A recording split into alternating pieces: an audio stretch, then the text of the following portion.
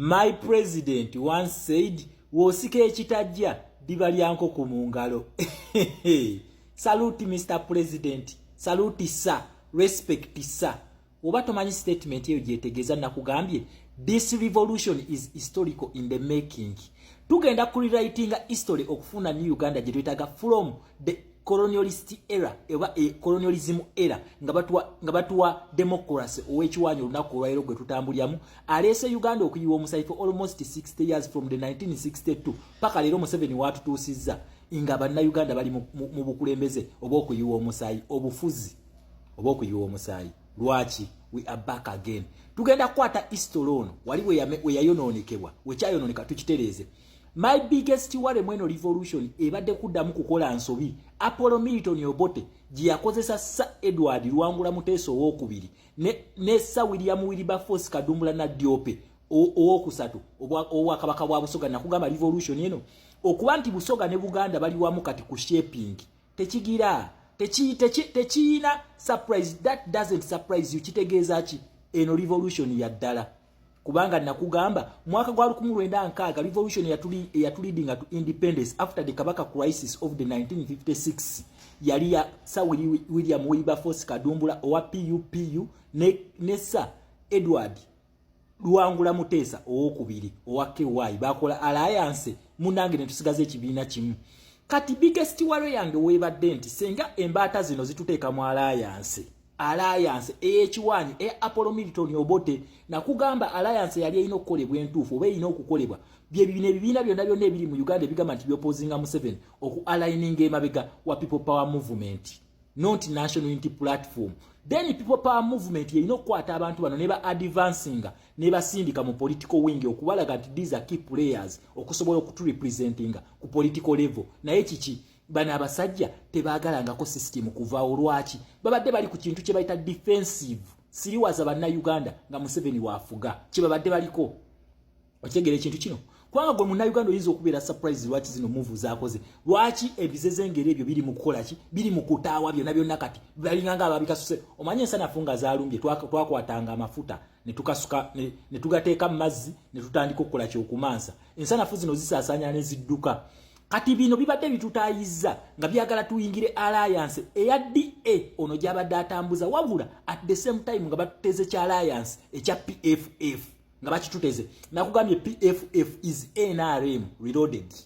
Ye NRM Museveni akimanyi ye ne NRM ye tebasobola kuwangula kifo kyonna kati nga kikyalina okukola okusigala mu system n'okugamba muno bino bibadde nga beeyogeza nti no Buganda for Museveni abadde tetegeeza nti NRM yegenda okujja ewangule Nuupu mu Buganda. No, abadde ayagala kwese zino enkwezenge zaatuteekamu eza PFF ne DA mutukola alliance bino bibadde boogera ewali tusimbawo omuntu omwomu ku buli kifo. Nonsense nga nigwe mubibuulira mulowooza tubamanyi bantu mmwe tubamanyi ebbanga lyonna mubadde emperekeze za Museveni mwe ba defender omuntu yena najja okuba amagoolo mulaga nti wa opposition naye omuntu wabajja okuteba mwe nnyini mwe mukuba amakuuli.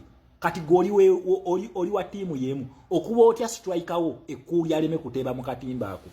Okitegere ekintu kino ababadde wale yaffe naye ono president alaba ono nabagamba alaba. Okitegere ekintu ekyo era nakugamba nti revolution eri historical yali ebaddewokko omusajja abakubye pesa eyalema Muteesa okuba. Okitegera kye nabagamba mu revolution muno tutwetaaga nnyo ba professor abasomye. No, tetubeetaaga.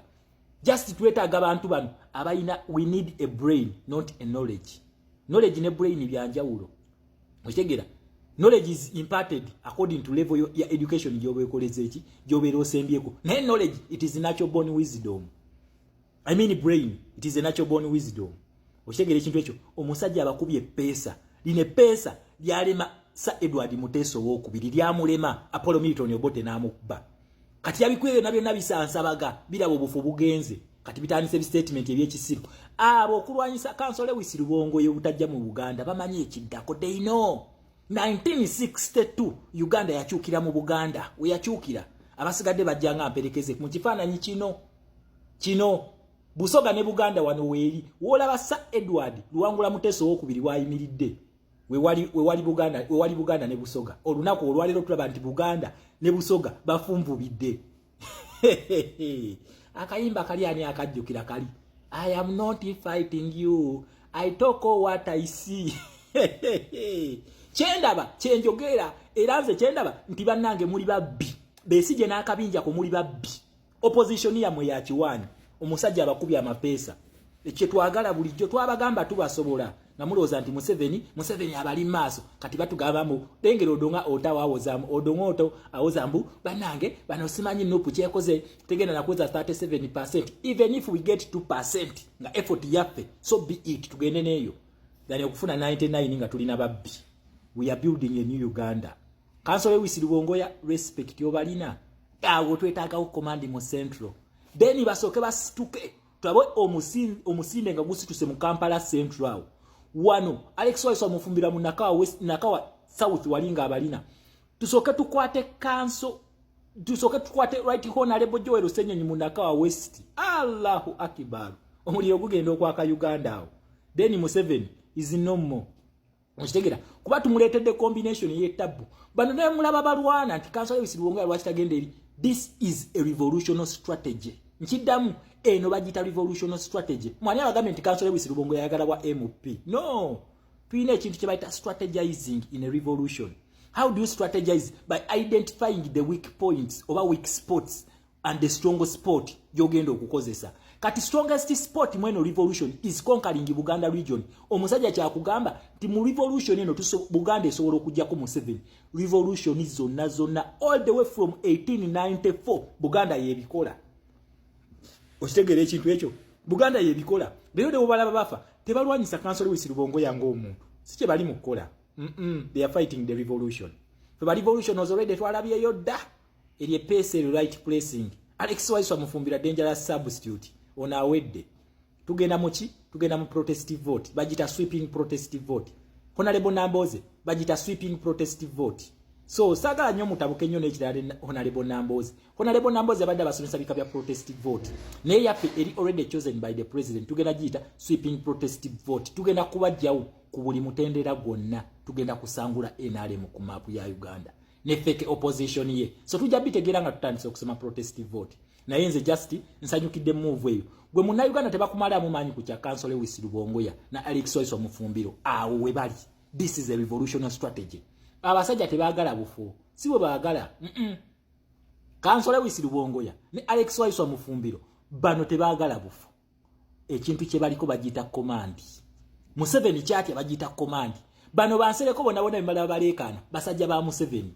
Esaawa eno balina okujja basirwaze munna Uganda okulaga ti NUP kyakoze kikyamu nnyonnyo ogaana okwegatta ne zine enkolongo mbusimanyi okuleeta Kansole Wisirubongoya ne Alex Waiso omufumbiro okwesimbawo statement bye batandise okukola mbuno mugende mubiri ebitundu NUP gyetali bakulu tetuli mu politics twagala kusuula system ya Museveni egwira mu Buganda y'ensonga lwaki tugenda kukwata effort yonna eya National Unity Platform Command Center tujimale tujiteeke mu Buganda.